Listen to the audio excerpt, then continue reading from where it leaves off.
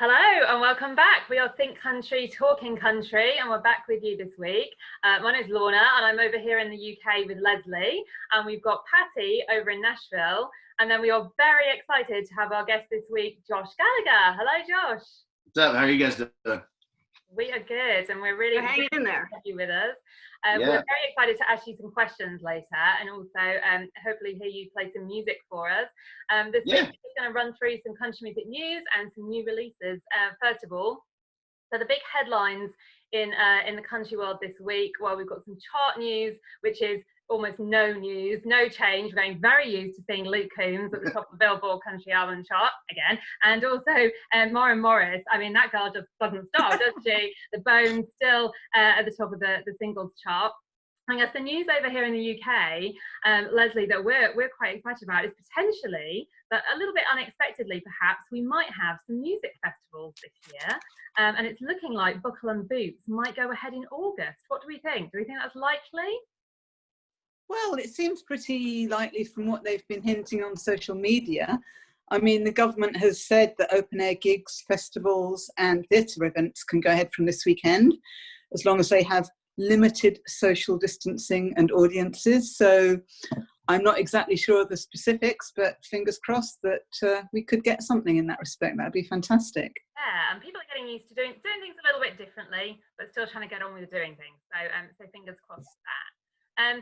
Sad news in the world of country music this week is obviously the death of Charlie Daniels at age 83, and such a lovely outpouring of love for him and emotion for him. So I guess from all of us at Think Country, our thoughts are with his friends and family.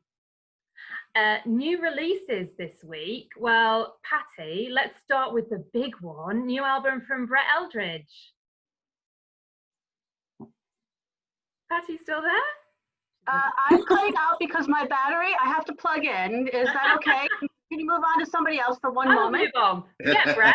We'll do him later. We'll do him later. Lesley, what have you been listening to?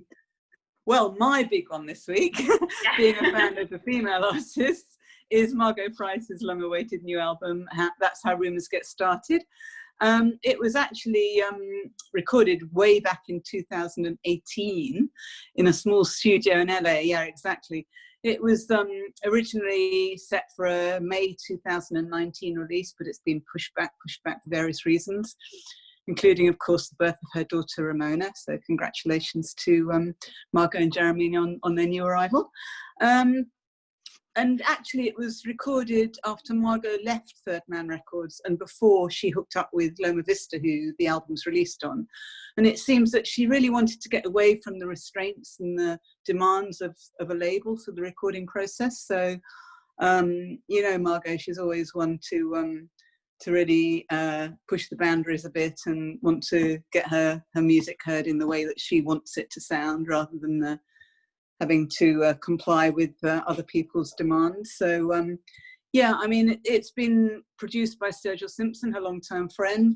And in fact, one of the tracks, Hey Child, is a really old track of hers that Sturgill heard and insisted that it got included on the album. It's absolutely fantastic track.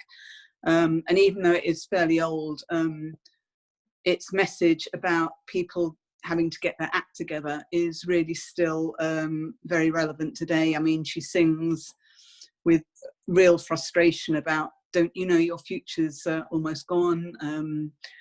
I just love her writing, and the album itself to me has got a bit more of a 70s West Coast rock sound than her previous releases, so it'll be very interesting to see how it's received in the country world, but I'm absolutely loving it, and I do recommend you give it a listen.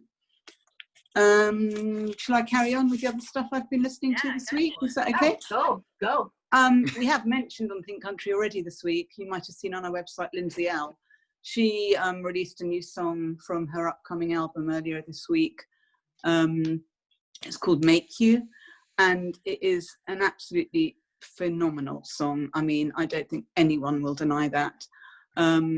She poured her heart out about being raped as a 13-year-old in this incredible but ultimately uplifting song, which she co-wrote with Brandy Clark.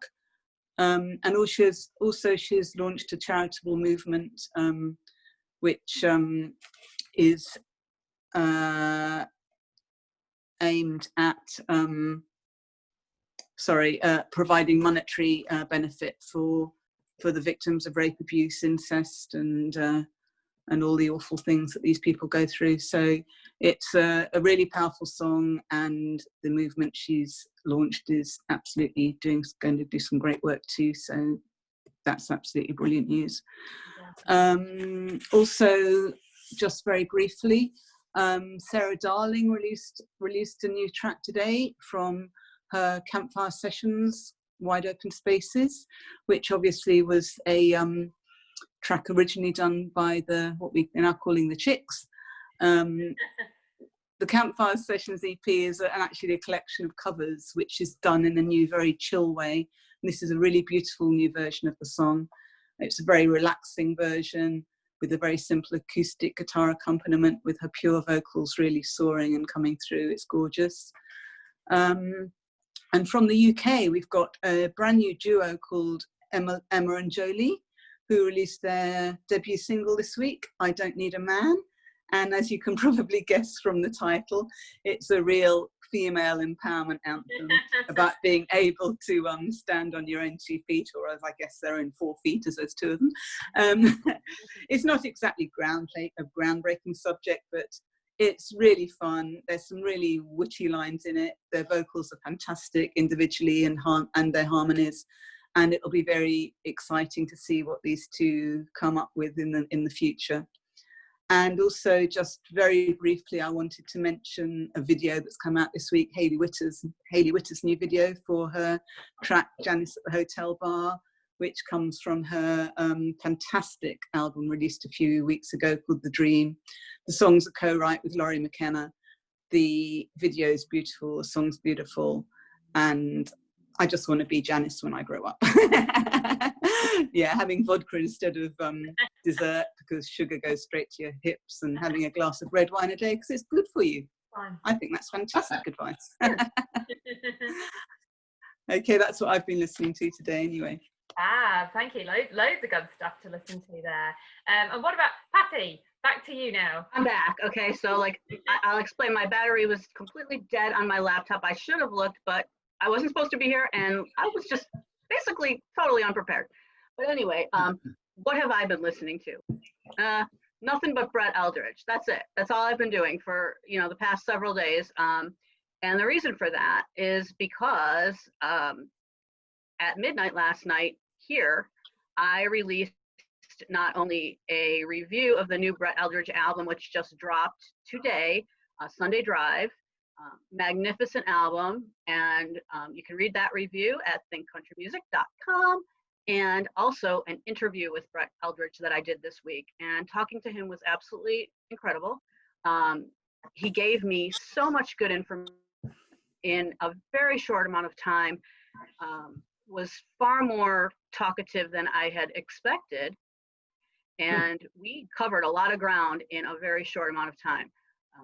And it was great fun. The album is fantastic. It was produced by Ian Fitchick and Daniel Tashin, who were the masterminds behind Casey Musgrave's Golden Hour, which we all know, won Grammys, and just it's a fabulous album. So if that tells you anything about what direction Sunday Drive is going to go in, I think we know it's just amazing. It's 12 tracks of just amazing, and what I loved about it the most of all, I loved everything, but it's a concept album, where it's meant to be listened to track by track. If you go in and you shuffle it, you're not getting it. You really have to sit down and listen to it as it was intended to be, which is track by track. And I must add, I think shuffling should be made illegal. I mean, when artists make albums, they put the tracks in an order for a reason. Even if it's not a concept album, and I just think it's a real insult to them to shuffle stuff. But hey, especially one that was really thought out as well as this one really was. And if you're the type of person that grew up with listening to concept albums, which I'm sure somebody like you and I, Leslie, The old is here. the old farts. Yeah, I did too. Yeah, there you go, Josh. You too. You can so appreciate it because you really notice it, and it's just wonderful. And he did put a lot of thought into that album. He went back to his hometown of Paris, Illinois, a little town up there, and he dragged his up there, and they spent time up there, and they did things to get that Midwestern feel, to really drink in all of that and make that album have that Midwestern feel. And it does. It really worked. So it's just amazing. I can't say enough about it. So Brett Eldredge, all week last week, that's all I listened to. But I do have a couple other things I do want to mention. And this is kind of what's coming next week, but I'm going to throw it in since I'm talking now, and then we're going to give it all to Josh. Next week, we do have one of our favorite artists that's going to be joining us as a guest, and that's Shelley Tackett, one of the best songwriters in town, and she's going to be with us. And also, there's going to be a new artist that I'm interviewed. He spent a couple hours here at my house with his producer, Ben Miller, who is the lead guitarist for Rodney Atkins now, formerly lead guitarist with Riley Green. He's producing this new artist, and the new artist is Drew Henderson, and he's fresh off the bus, basically, from North Carolina, but has a voice that's just absolutely wonderful, and he has a face that the ladies are going to love. I can tell you that right now. And he has a new EP coming out next week. So I just want to give you all a heads up on him. And after that, that's all I got. Brett Eldredge, Sunday Drive. And that's it. Yeah, well, there's been a lot of Brett Eldredge in my house as well. So, yeah.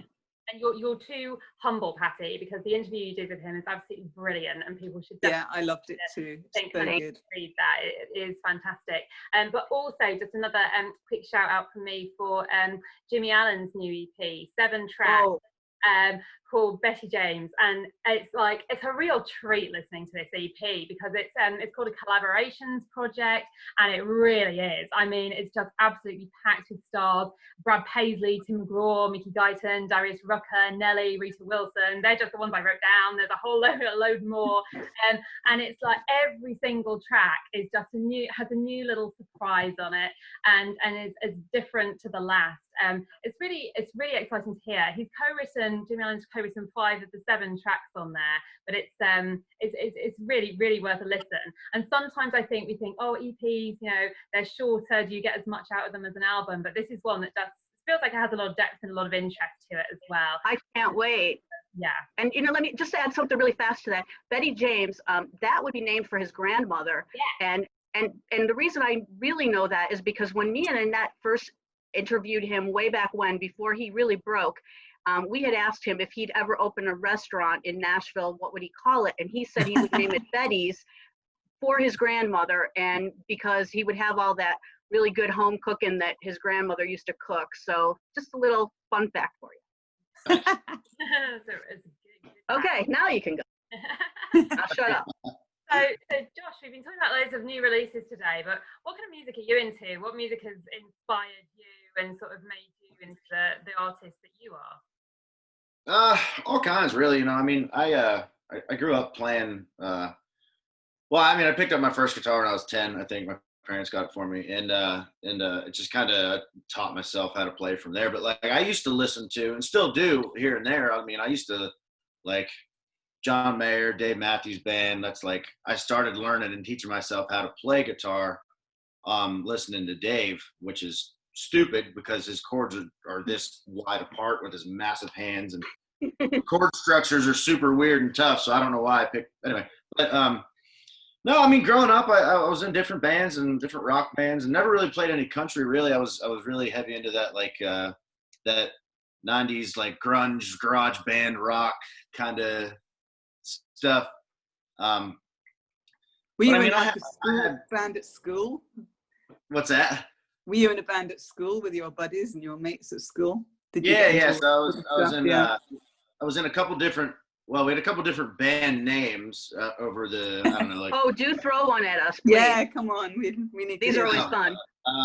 The last one, oh, this is terrible. The last one, we were called Panic Mode. That's not too bad. I've heard way worse. It's not too good either. Yeah, well, it's better than I've heard, like the flying cornflakes and stuff like that. Oh yeah, Much better than that.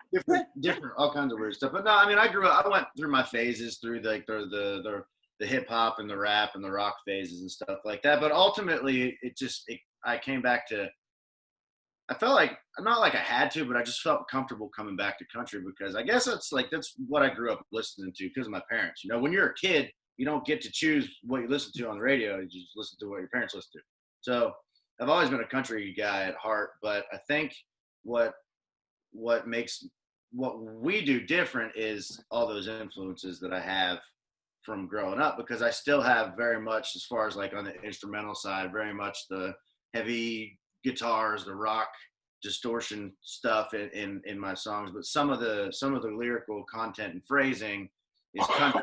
That might be some like a little bit more, I wouldn't say poppy, but a little bit more as far as phrasing goes, a little bit sometimes kind of poppier melodies or phrasings and stuff like that. But I don't know, we just blend them in the way that feels right to me, and that's what you guys.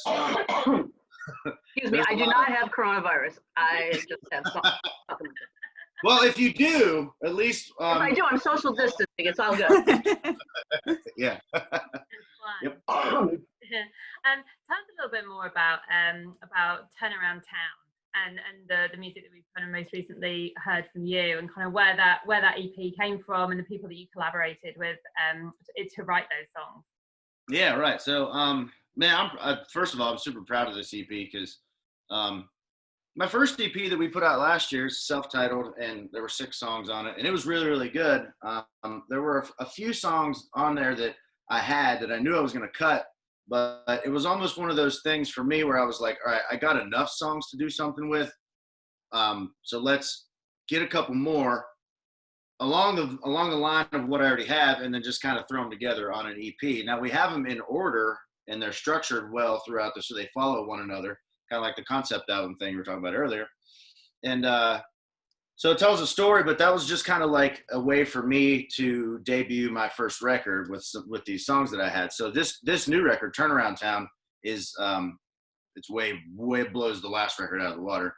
And I was just able to actually sit down and, with a purpose, figure out how I wanted the record to go and what songs I needed to write to finish the record. So that's kind of how that went. I mean, the title track, Turnaround Town, I wrote that with Davis Corley, Barrett Baber, who was also on The Voice before I was.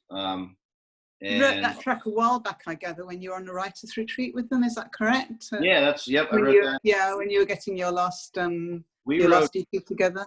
Yeah, we wrote that last February. Yeah, because what happened was we all 4 of us, Mark, Addis, Chandler, and the rest of us, we all went on a retreat down in Franklin, Tennessee, which is just south of here, and we just spent 2 days because I needed 2 songs.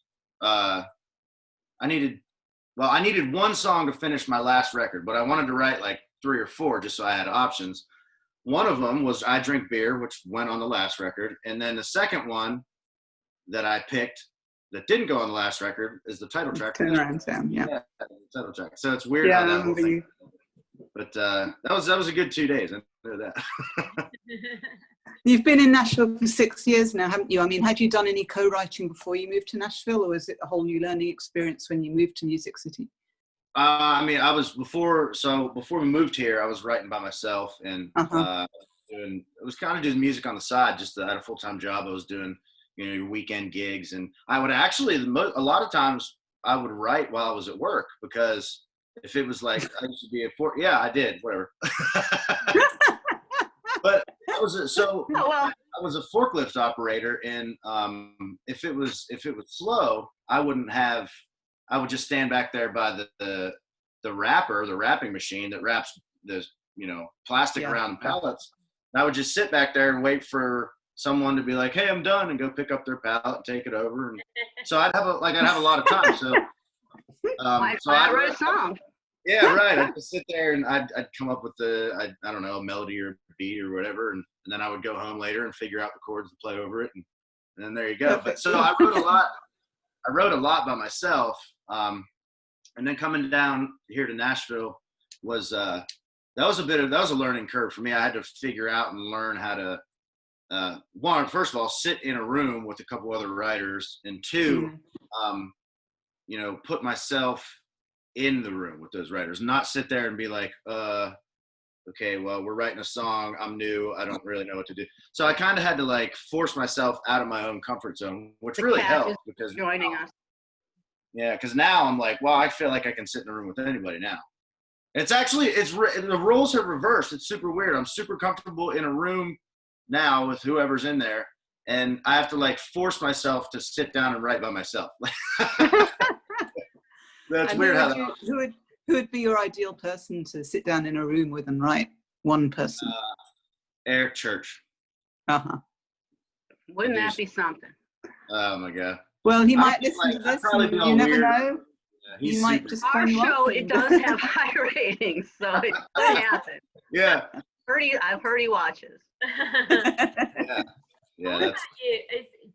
Can you separate yourself, the songwriter, from you as a performer, or is it just all one process to you and they're all part of a package? It's not. It kind of depends, really, for me, because if I know, like, if we're in a room and I'm writing a song for me, you know, I take that experience from the writer's room and taking it from an idea that doesn't mean anything, figuring out what that idea is, and then creating this song around it. And then, so I guess I kind of use that whole entire process if I'm writing a song for me, and it really helps translate on stage too. Because I mean, like, I'm not gonna lie, I go on stage and I run around like an idiot and have a good time, and like, that's nothing wrong with that. Perform, you know what I mean? That's it's just entertaining.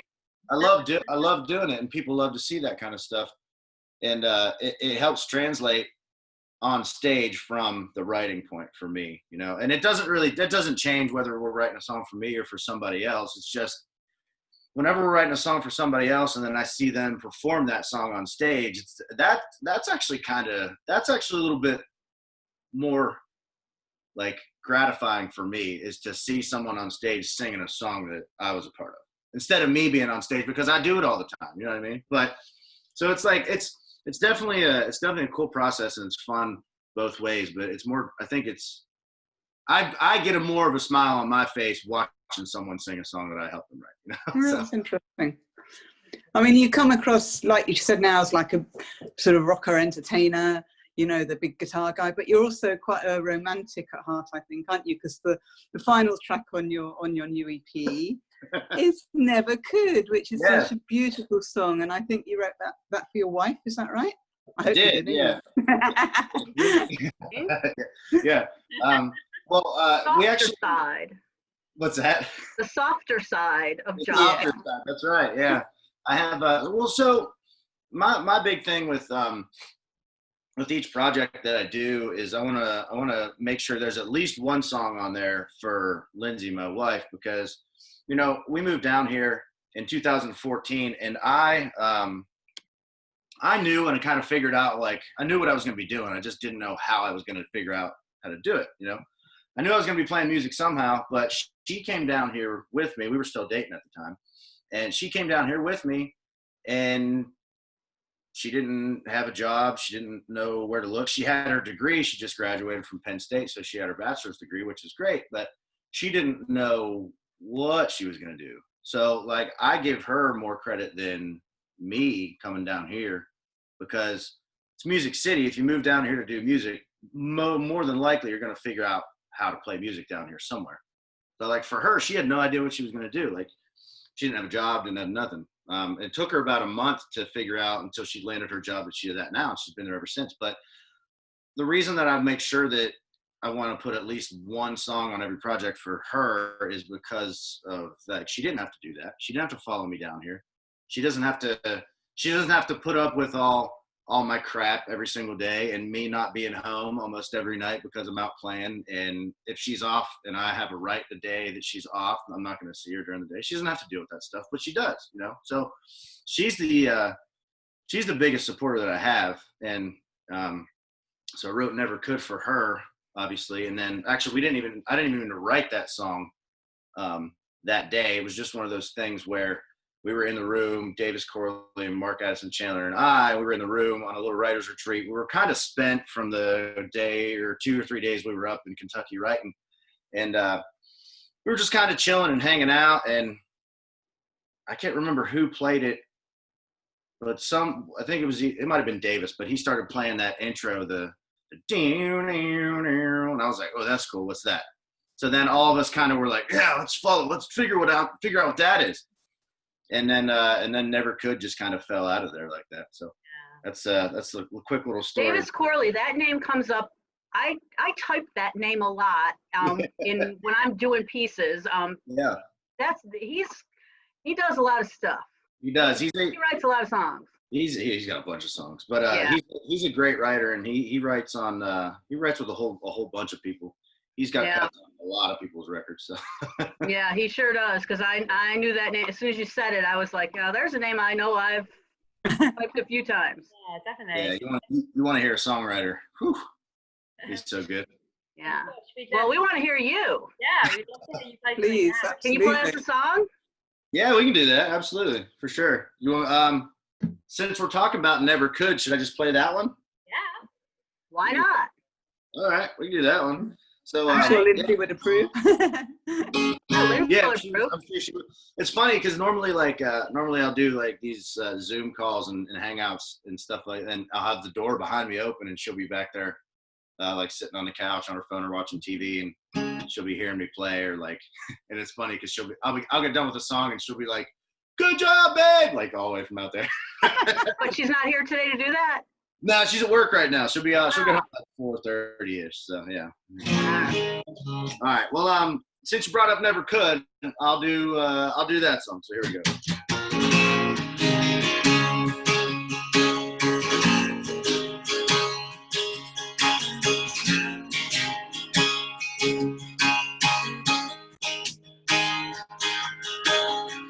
Turn down another shot of whiskey. Close out, stop at just 3. I never could. Pump the brakes on the old gray Chevy. Find a place less temporary. I never could. Never could change just for myself. Tame my reckless raising hell. Curb the urge that kept me burning up the backwoods. Never could see me letting you close. Baby, my heart was Jericho till you broke the walls down, moved in and found the good that I never could. That I never could.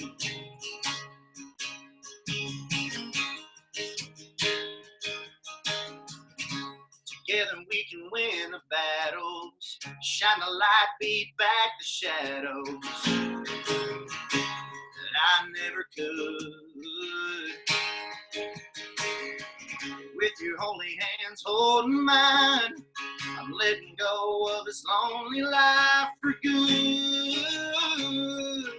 Never could change just for myself. Tame my reckless raising hell. Curb the urge that kept me burning up the backwoods.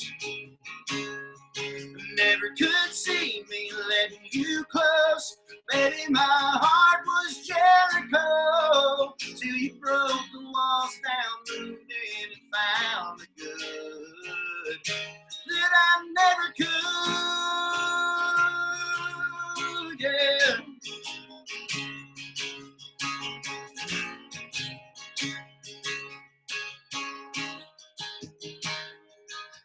Never could change just for myself. Tame my reckless raising hell, curb the urge that kept me burning up the backwoods. Never could see me letting you close, baby, my heart was Jericho, till you broke the walls down, moved in and found the good that I never could. Yeah, that I never could, yeah. Oh, absolutely brilliant. Thank you so much. That was absolutely fabulous. Thank you. That's brilliant. Josh, it's been absolutely fantastic talking to you. And thank you very much for joining us. And thank you so much for that lovely song. We've been Think Country, Talking Country. And we will be back with you next week. Goodbye, everybody. Thanks, guys. Appreciate it.